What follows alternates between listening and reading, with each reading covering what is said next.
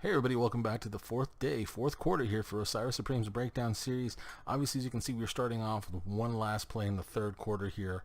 Obviously, I tacked that on mainly because I want to keep the series together, obviously. So, looking at the what's going on here, he has the ball on, his opponent has the ball on the 42-yard line after that fumble. We have a tie ball game at 28-28, 10 seconds, third quarter, 2nd and 7. So yeah, we skipped the first down play. So, looking what he's running, he was actually in a trips Y set. This receiver here was lined up over here. He motions him across, and looks like he's running a flood to the weak side, so he has a go route coming here with Crabtree, a 12-15 yard bench here with whoever the slot receiver is here. His tight end's running a shallow across the field, creating that vertical stretch, the flood. And then we have a dig route here out of the backside,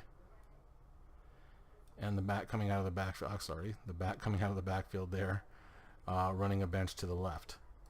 So, against what OSIRIS is running here, OSIRIS is in a cover 2. He's made the one adjustment to where his left corner here, or to our right, is locked up man-to-man on Crabtree. Now, we know he's going deep, so we also know now that he is going to go with him, plus the safety who has that deep half. So that means this guy here, and it looks like OSIRIS is playing him there, has a responsibility of covering 2 men. And that's going to be the weak spot of this defense right now. We have the bench here, and like I said, the cross coming here. So it's going to make OSIRIS have to make the decision whether to keep going deep here or to drop off and play the flat route. So let's go ahead and run through this play, see what happens, and then we'll discuss. So as we see right off the bat, OSIRIS is going with him a little bit, but once he sees that crosser coming, he slows down. He tries to play the difference between the two. It's a little late that we see the ball in the air. It's going deep. The guy's leading him upfield too to keep him away from OSIRIS, and he's able to make the catch for the first down. So we get about looks like about a 12 to 15 yard play there. Let's see.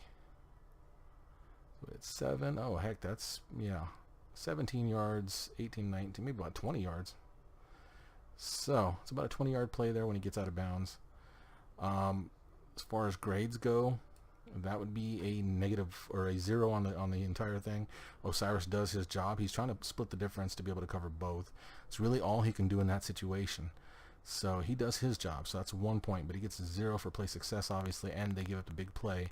So with that negative bonus, it becomes a 0 overall. Really, as far as anything else he could have done, not really, to be honest with you. I mean, even if he keeps this in a straight cover 2 to where this guy's got flat, he's just going to drop down here. So he may gain a little depth to begin with when he sees this bench. But the moment this crosser gets about right here, he's got to attack it. So once he attacks it, he can still hit this area. If he keeps his depth, then he can still hit the shallow. All right. Now, obviously, OSIRIS might be able to do something with it to help out one way or the other, but really, this is all hindsight, guys. I can tell you what he's going to do here as far as, what to do here, but it's all hindsight. I didn't know they were going to be running the flood. He doesn't know they're going to be running the flood, not unless he's running it all day long, which he hasn't. So this is really just a hindsight thing. There's nothing else he could have done with the coverage that he called here, with the play he called here. It just happened to be another good call for the offense, for the defense he was seeing. And I will say this, OSIRIS, if you guys have noticed, has changed up his defense a little bit. He's been mixing it up more now. So really nothing he can really do. It was just a good guess on the offense's part. Well, play number 2 for Series 13 here. We skipped a couple plays now, so now it's 3rd and 14. Kind of saddens me a little bit because obviously with the 3rd and 14, OSIRIS did really well in those last 2 plays, and he would have scored really well with the grades, obviously. So we do have that, and I can't add those 2 grades because I don't know exactly what happened, obviously. But with 3:33 left in the game, ball on the 26. This is starting very much mid-play, so it's going to be very hard to tell exactly what the offense is doing. Defensively, I can see pretty easily that he's running quarter set out of his 3-3-5. I've seen it enough now to know, and we have the drop here, there, and there. So we have this set essentially here. His opponent is running a seam route here. I can tell that much, and I know that he is running a comeback route.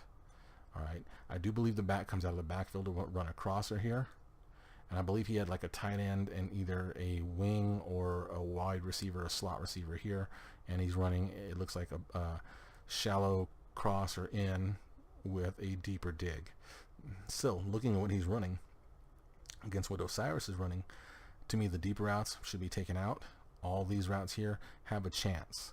All right, your crossing routes, the shallows, are usually going to open up. This dig route should open up eventually if he has time. So let's go ahead and run through the play, and then we'll see what happens, and we'll discuss. So looking at it now, we're going to go stop right here for a second. Look, that comeback route is completely shut down. But because it's shut down because this corner gains his depth here, that opens this up a little bit, obviously. That's where he should throw the ball, I think. The dig route right now is covered very well. He has nowhere to throw it here. He may have the time to wait for him to get even here, and then he can work it a little deeper, but he might as well hit this and then turn up and get as much as he can. The deep route here is locked up. This route is locked up. So as we see what goes on here, Osiris beats the center here and starts taking upfield, but his left end here to our right, as you can see, he gets dropped there by the line. So Osiris does a good job here. Look at the angle he takes. Keeps it in front. Forces the interception there by forcing him to throw that ball, by keeping him in front like that. So he does a heck of a job there. So in this case, it's a 3-point play, obviously. One for success, one for doing his job, and then the one for the interception. And when you add that to the last play, the second play, or the first play of the series, which was a 0, this is 3 out of a possible 4 points, so 75% on this series for him. And it would have been higher too, I'm pretty sure, if I got to see those other 2 plays. So excellent job here by Osiris. He takes the interception. He has the ball with 3:24 left, and now he's in complete control to win this game with the 28-28 ball game.